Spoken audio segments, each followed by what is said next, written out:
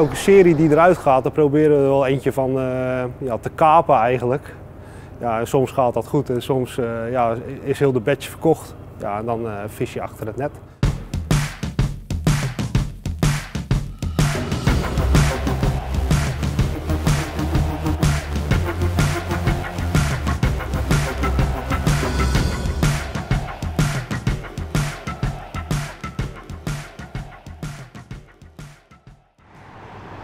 Aan de Sluisjesdijk in Rotterdam is naast de RET-remise nog een remise te vinden. Dit is de busremise van het Rotterdams Openbaar Vervoer Museum en Exploitatie Oldtimers, kortweg Stichting Romeo. De werkgroep Bus heeft vanuit hier 24 bussen in haar beheer. Een imposante vloot.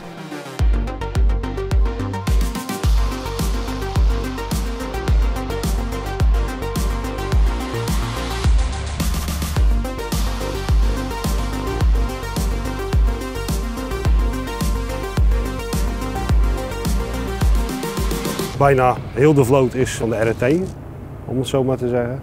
En enkele bussen zijn van de stichting zelf. Het is eigenlijk zo ontstaan dat een oude directeur van de RET die wilde dat de museumbussen bewaard bleven.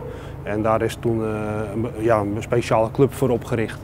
En dat is eigenlijk zo sinds de jaren 80 zo gelopen eigenlijk. En ja, hebben wij als Stichting Romeo ook het recht om iedere keer een voertuig uit te mogen kiezen als er een serie uit het straatbeeld gaat verdwijnen van de RET. Ieder weekend zijn de vrijwilligers, bestaande uit chauffeurs, technici en andere enthousiastelingen, druk in de weer om deze bussen in goede conditie te houden. Omdat de kennis en materialen in huis te vinden zijn en de stichting alle ruimte van de RET krijgt, kunnen de bussen rijvaardig gemaakt en gehouden worden.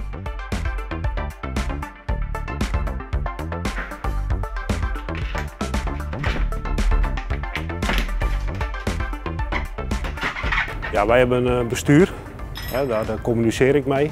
En ja, samen met het bestuur doen wij eigenlijk de beslissing maken welke bussen rijvaardig zijn, welke bussen we gaan restaureren. Daar worden eigenlijk gewoon plannen voor gemaakt. Ja, en dat is gewoon een samenspel die we met elkaar doen.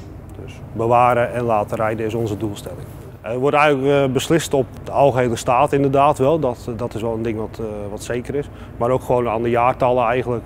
Kijk, Okergeel is op dit moment wat wij heel graag op de weg willen hebben als stichting. Ja, omdat dadelijk ook de generatie die dat heeft meegemaakt, die is er niet meer. Ja, en voor de jeugd is groen-wit heel erg interessant. Bijvoorbeeld de RET 446, die hebben we sinds afgelopen vrijdag in de keuring. Ja, daar krijg je heel veel lovende reacties over. Ja, dat is niet het publiek wat eigenlijk warm loopt voor een okergele wagen. Dit zijn de bussen met de okergele kleurstelling. De standaard huiskleur van de RET tot aan de jaren 70, totdat de CSA's kwamen, de standaard stadsbussen.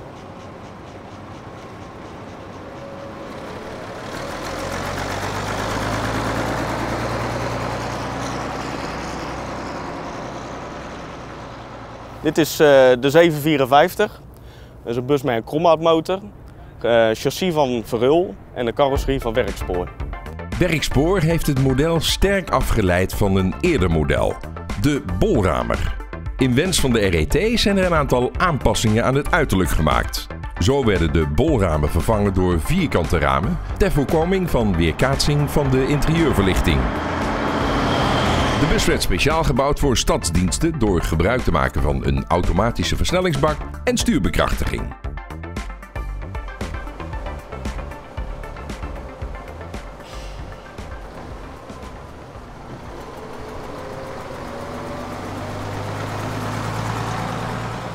Deze bus is voorzien van een kromhoutmotor, een 6HT 117 met 140 pk.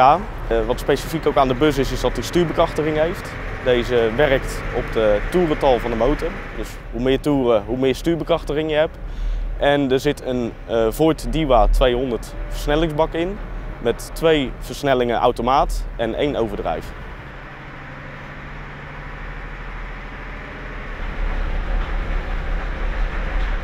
De 754 is in 1974 uit dienst gegaan.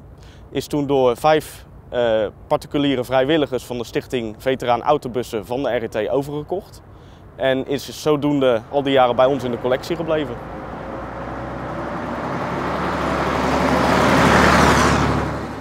Tot de jaren 70, eigenlijk half jaren 70, is ook geel geweest. Daarna kwam rood. Vervolgens werd dat lichtrood, toen groen-wit. Ja, en vervolgens is dat zilvergrijs geworden. En dat is ja, eigenlijk nog wat vandaag de dag in het straatbeeld is eigenlijk. Dus zo is dat eigenlijk een beetje opgebouwd.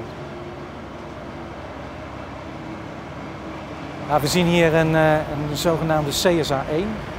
Dat zijn een universele standaard stadsbus.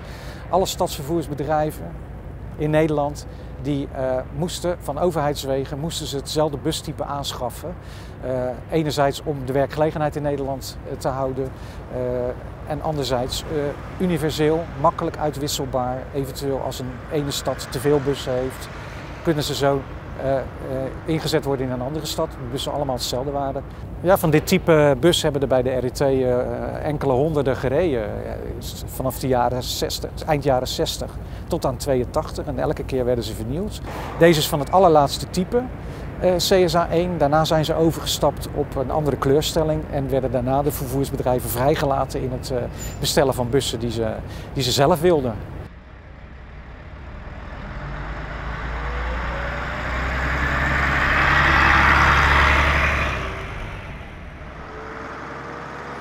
In de CSA-bussen van DAF lagen standaard DKDL 554 motoren van DAF, zoals in de jaren 70 in heel veel standaard bussen lagen.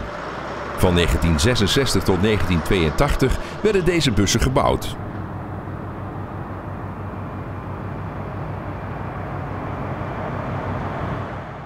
Hoewel er door de jaren heen kleine details verbeterd werden, waren de bussen grotendeels hetzelfde en domineerden dus jarenlang het stadsvervoer in Nederland, zo ook in Rotterdam. Hij is helemaal opnieuw gespoten en rondom helemaal gerepareerd van de kleine dingetjes die hij had. Is allemaal bijgewerkt. Nou ja, en het gebruikelijke onderhoud heeft hij gewoon gekregen bij ons. Dus hij is gewoon in topconditie op dit moment.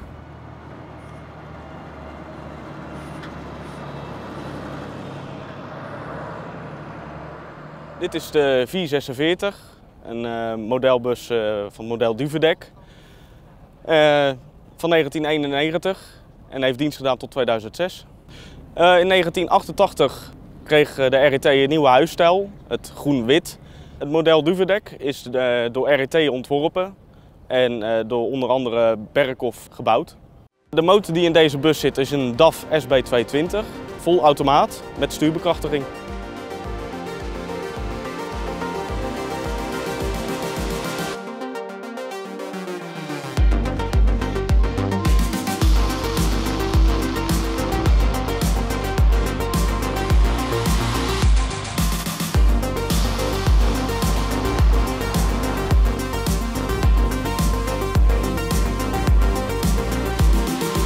Het model Duvedek eigenlijk, dat is ooit gebouwd of ontworpen voor de RET.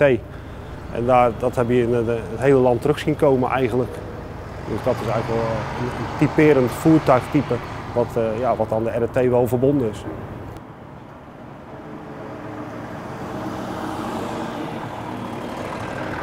Mensen kunnen ook meerijden, dat is geen probleem. We hebben een Mercedes Citaro hebben wij in de collectie erbij gekregen. Ja, daar wilden we wel wat mee gaan doen, maar ja, toen kwam corona en ja, toen was het voor ons wel even slikken dat we eigenlijk niet veel meer konden doen voor de mensen. En dat is eigenlijk wel het voornaamste toekomstbeeld wat we graag willen hebben en zien.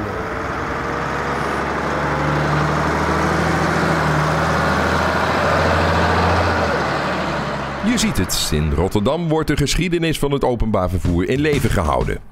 In de komende afleveringen zien we hoe dat in de rest van Nederland gebeurt. Maar ook hoe het met het openbaar vervoer in Nederland op dit moment gesteld is. Vergeet je dus niet te abonneren op dit kanaal om mee te reizen naar de volgende halte.